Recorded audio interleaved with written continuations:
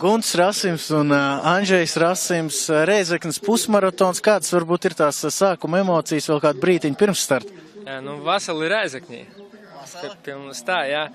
Emocijas jau ierastas, nav pirmais gads, skrienam kārtējo reizi.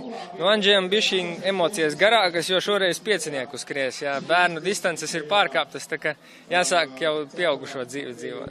Andžej, cik gados skries tātad šo 5 kilometrus? 9. Kā veicās ar 5 kilometriem, cik ilgi tam ir jāgatavojas? Ir grūti, viegli? Nav ne grūti, ne viegli. Apmēram, var teikt, normāli. Bet patīk skriet? Jā, forši. Ar tēvu kopā skrienat? Jā. Kā ir varbūt, cik ilgi varbūt ir jāgatavojas pusmaratona distancē, ja es tā atnāku no šeit no studijas un izdomāju, ka es pēc kādu laiciņu gribu noskriet pusmaratonu, cik man ir tam laiks jāvelta? Nu, ja tu gribi noskriet, tu es domāju, ka vari noskriet jau pēc kāda mēneša vai pusgada, vienalga. Kā tu jūties? Kaut vai noiet, jā? Kaut vai noiet. Bet, teiksim tā, man jau nav daudz, bet 3. gadu tā jau tā dzīves sastāvdaļa, tā ka tu vienkārši no rīta vai vakarā iznāci paskriet ārā, un tad pat grūti saskaitīt tos kilometrus, cik kopā sakrājās, bet, tas vienam liekas, ka tas pusmaratons ir kaut kas baigi garais, es teiktu, tāda vidēja distance garākas ir vēl garākas. Te vairāk nav maratons Rēzeknē, bet labprāt skriet arī to. Kāds sākās, kurā brīdī, kam jānotiek galvā, lai izdomātu, ka tagad grib no rīta un vakarā skriet? Kaut kam ir jānotiek galvā, jā. Kas notika? Es nezinu, kaut kā sēdēju ar alus buņģiņu pie televizora, skatījos seriālu un sapratu, ka kaut kas nav, kaut kas baigi tā, viss pārāk nekustīgi notiek, un tad izdomāju, ka vajag kaut ko sākt. Un pēc tam jau tas tā kā narkotikas saslimsti, un tur vairs neko negribās, gribās tikai skriet. Cik ilgi varbūt ir grūti un cik ilgi ir jāmokās, un pēc kura laika sākās tas brīdis, kad tā ir narkotika? Saka austrumu gudrie, ka vajag 21 dienu paiet, lai cilvēka organisms pierod pie kaut kādām lietām. Es domāju, ka droši vien jātic, ka tas ir tas laiks.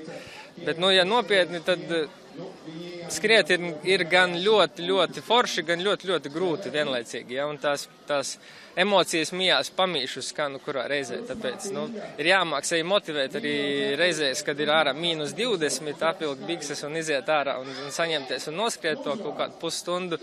Un jāmāk arī priecāties, jo ja jau tu vari skriet, tas ir baigi forši. Ir cilvēki, kam diemžēl tas nav dots. Jāizmanto. Esam Rēzeknē un varbūt tie cilvēki, kas mūs skatās un domā atbraukt kādu dienu uz Rēzekni, ko mēs šeit varam darīt? Es teikšu tā, no skrien Latvijā posmiem te ir tāda, teiksim, varbūt ne grūtākā, bet tāda āķīgākā trase, jo te ir diezgan daudz pakalniņu tādu, kuros ir jāuzskrien un jānoskrien arī, tāpēc pie tam tas jādara 4 reizes, 4 apļos, ja ir pusmaratons, tāpēc, bišķi kājiņas piedzen, jā, tā kā, te ir forši, te ir daudz kalniņu, tāpēc tāda mazā Brazīlija.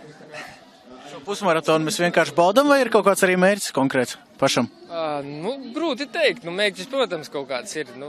Pēdējais bija pagājušajā gadā Siguldā, tā kā uz tempiņu sanāca paskriet garāks. Un, vismaz tajā pat līmenī jānoskrien, lai var redzēt, ka ziemā nav noslinkots.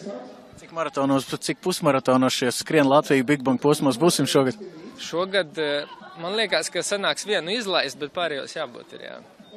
Mēs laikam aicinām arī pārējos, vai ne? Lai sākam skriet. Droši. Skriet, kustēties, vienalga noiet, bet tik līdz galam, tas ir pats galvenais. Labi, un paldies un veiksmi jums abiem ar Andžeju. Tā kā tiekamies varbūt kādā citā reizē. Paldies.